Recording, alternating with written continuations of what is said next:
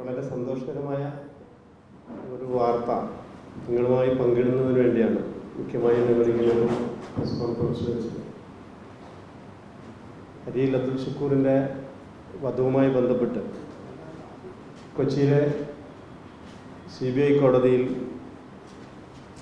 നിൽക്കുന്ന കേസിൽ, ഗൂഢാലോചന കേസിൽ കക്ഷി ചേർക്കപ്പെട്ടിട്ടുള്ള P. ജയരാജനെയും TV രാജേഷിനെയും വിടുതൽ ചെയ്യണമെന്നാവശ്യപ്പെട്ടുകൊണ്ട് ജയരാജനും TV രാജേഷും നൽകിയ ഡിസ്ചാർജ് പെറ്റീഷൻ ഇന്ന് ബഹുമാനപ്പെട്ട CBI കോടതി തള്ളിയിരിക്കുകയാണ്. ഷുക്കൂർ കൊല ചെയ്യപ്പെട്ടിട്ട് 12 വർഷം കഴിയുകയാണ്. 12 വർഷത്തിനിടയിൽ മുസ്ലിം ലീഗും ഷുക്കൂറിൻ്റെ ഉമ്മയും കുടുംബവും നടത്തിക്കൊണ്ടിരിക്കുന്ന നിയമപരവും രാഷ്ട്രീയപരവുമായ പോരാട്ടങ്ങളുടെ ഒരു വലിയ വിജയമാണ് ഇന്ന് CBI കോടതിയിലൂടെ ഉണ്ടായിരിക്കുന്നത്. ഈ കേസിൻ്റെ നാൾവഴികളിൽ ഓരോ ഘട്ടങ്ങളിലും ഇത് തടസ്സപ്പെടുത്താൻ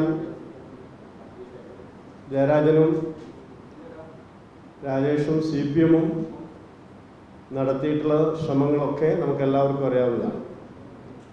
എന്നാൽ മുസ്ലിം ലീഗ് അതിനെയൊക്കെ നിരന്തരം പ്രതിരോധിച്ചുകൊണ്ടുള്ള നിയമ പോരാട്ടമാണ് ഓരോ ഘട്ടങ്ങളിലും നടത്തിയത്.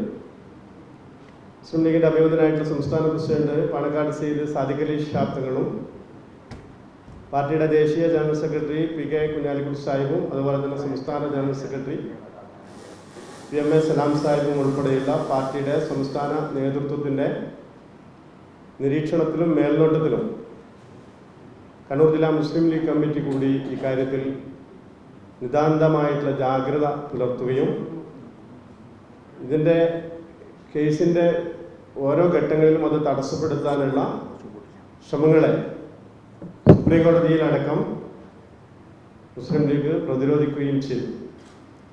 ഏറ്റവും ഒടുവിൽ CBI കോടതിയിൽ ഈ കേസ് വിചാരണക്ക് വന്നപ്പോൾ കോടതി മുമ്പാകെ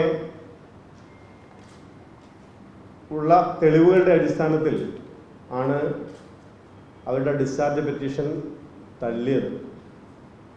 കോടതിയുടെ നിരീക്ഷണം പ്രധാനമായും 2-3 തലങ്ങളിലാണ്.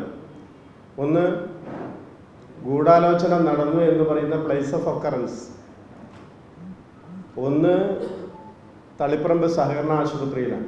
അവിടെ വെച്ചാണ് പ്രതികളുമായും മറ്റുള്ളവരുമായും ജയരാജനും രാജേഷും ഉൾപ്പെടെയുള്ള ആളുകൾ ഗൂഢാലോചന നടത്തി എന്ന് പറയപ്പെടുന്നു. മറ്റൊന്ന്, കൊലപാതകം നടന്ന കീഴറ വയലാണ്.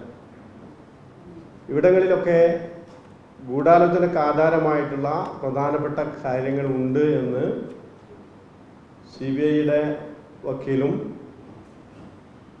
ആത്തിക്ക ഉമ്മക്ക് വേണ്ടി മുസ്ലിം ലീഗ് പാർട്ടി നിയോഗിച്ചിട്ടുള്ള അഡ്വക്കേറ്റ് മുഹമ്മദ് ഷാ ഉൾപ്പെടെയുള്ള അഭിഭാഷകരും അതിശക്തമായിട്ടുള്ള വാദമുഖങ്ങൾ നിരത്തുകയും ആ വാദമുഖങ്ങളെ കോടതി അംഗീകരിക്കുകയാണ് ചെയ്തത്.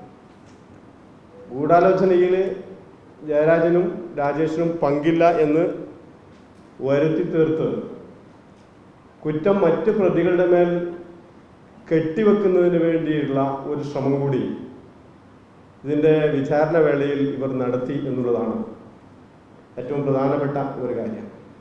എന്നാൽ കോടതി മുമ്പാകെ ഹാജരാക്കപ്പെട്ടിട്ടുള്ള തെളിവുകളിൽ ഈ ഗൂഢാലോചന നടന്നു എന്ന് പറയപ്പെടുന്നത് ഉച്ചയ്ക്ക് 1 മണിക്കും 2 മണിക്കും ഇടയിൽ തളിപ്പറമ്പ് സഹകരണ ആശുപത്രിയിലാണ്. പിന്നീട് 2 മണിക്കും 3 മണിക്കും ഇടയിലുള്ള സമയത്താണ് കീഴറ വയലിൽ വെച്ച് ഷുക്കൂറിനെ കൊല ചെയ്യുന്നത്. ഈ സമയത്ത് ആശുപത്രിയിൽ ഉണ്ടായിരുന്ന 4 സാക്ഷികളിൽ 2 പേർ നിരന്തരമായി ഈ പറയപ്പെട്ട പ്രതികളുമായി ബന്ധപ്പെട്ടു എന്നതിന് ഡിജിറ്റലായിട്ടുള്ള ഒട്ടേറെ തെളിവുകൾ കോടതിയുടെ മുമ്പാകെ ഉണ്ടായി. അതൊക്കെ കോടതി പരിഗണക്കെടുത്തിട്ടാണ് ഈ സുപ്രധാനമായിട്ടുള്ള വിധി വന്നിട്ടുള്ളത്. ഏതായാലും ഇക്കാര്യത്തിൽ കോടതി വിധി മുസ്ലിം ലീഗിന് സ്വാഗതം ചെയ്യുന്നു.